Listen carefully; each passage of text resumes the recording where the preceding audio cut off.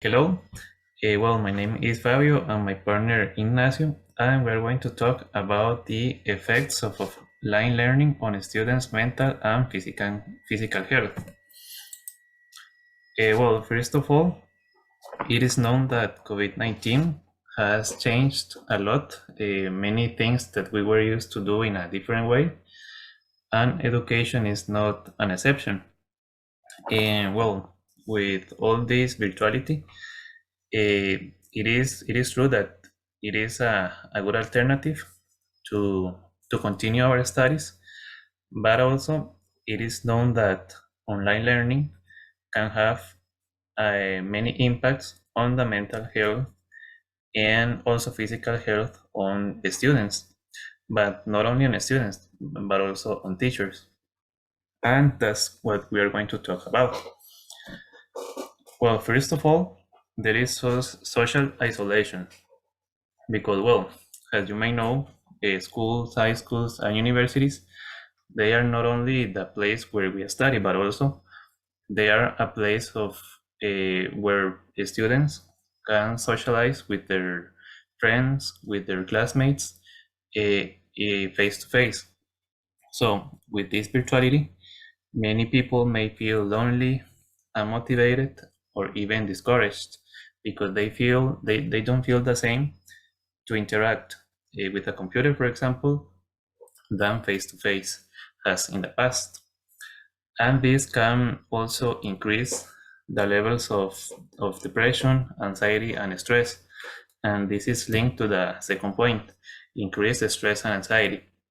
Because, well, as I said before, because of the social isolation, that you don't have that, let's say, human contact face to face with your friends or classmates, but also because, well, many students have expressed that the amount of assignments that they have to do are a lot.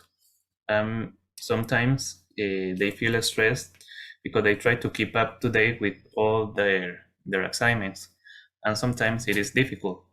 And also, there are some students that express that at home they feel that they can't focus in the same way as they were in high school, for example, or at university. But also there is spiritual learning fatigue. Uh, Spending several hours in front of a computer can fatigue not only students but also teachers. Imagine, for example, a teacher who has to give lessons all day long. At the end of the day, the teacher is going to feel tired, and well, they have already given a name to it. It is called the Zoom fatigue because a being in front of a computer for many hours can be really, really exhausting. And also, this can be a cause for eye strain and physical health risk.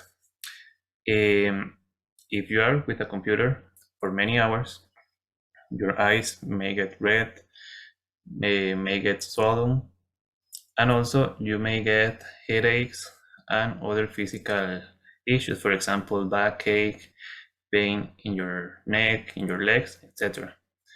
And in general, these are some points or some situations that people who study and who work with a computer may face. And now Ignacio is going to talk a little bit about some strategies to face this situation. So, as my partner Fabio mentioned, there are some strategies to reduce the effects caused by online learning.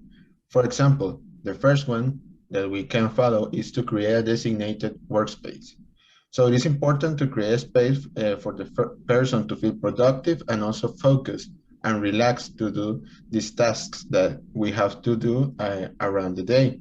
So to create that space is necessary to minimize the distractions and also have a place with good illumination and good airflow. So it can create an environment where you can also relax, feel fresh, and also the illumination will help you with your eyes so they don't have to do an extra work to keep focus on the screen of your computer. And also you can use room dividers when it's necessary if you don't have a special place or room for your desk. So you can use a room divider to create a space. And also be minimalist. You have to have only your necessary equipment like your computer, books, notebooks, or iPads or tablets if necessary. The second strategy that we can follow is to create a schedule. And a schedule can help you to organize your time around the different tasks, for example, that you have that you need to complete. And to create a schedule, you can follow some tips. For example, as is shown in the image, you have to create a chart with the days of the weeks and the hours of the day. Then you fill it up with your normal everyday tasks. For example, this could be your classes, work, meals, gym time, shower time, and other activities that are part of your normal day. Then you have to identify the hours where you feel more energized and less energized. Some people might find more or tend to feel more energized in between 10 and 2 p.m. So you have to put the more difficult task on those spaces where you feel or you think you are more energized, and do the opposite for the other tasks. So in that way, you may find them easier.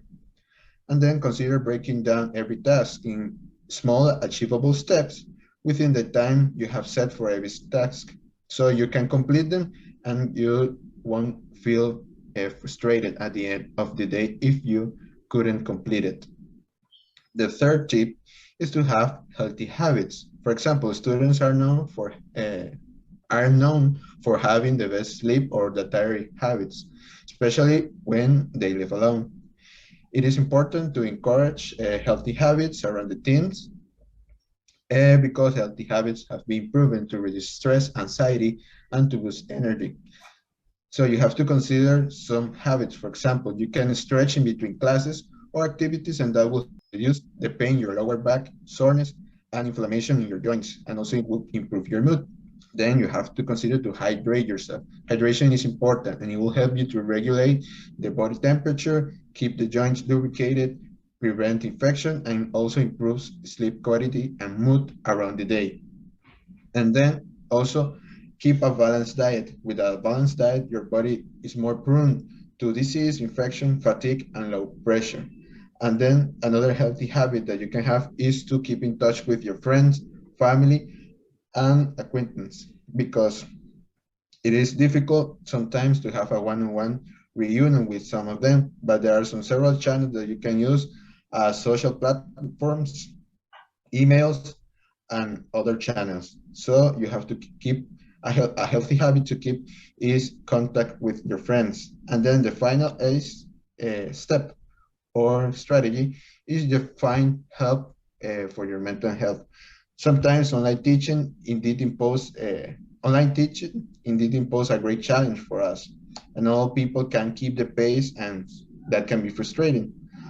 Along with the ways that we have shown you to take care of your mental health mentioned, you have to also consider seeking help from a mental health professional when it's necessary. You have to prioritize your self-care more than anything else, because that will keep you disease-free and also will improve your mood. So that's are some strategies that we have found so you can improve your life around the online teaching.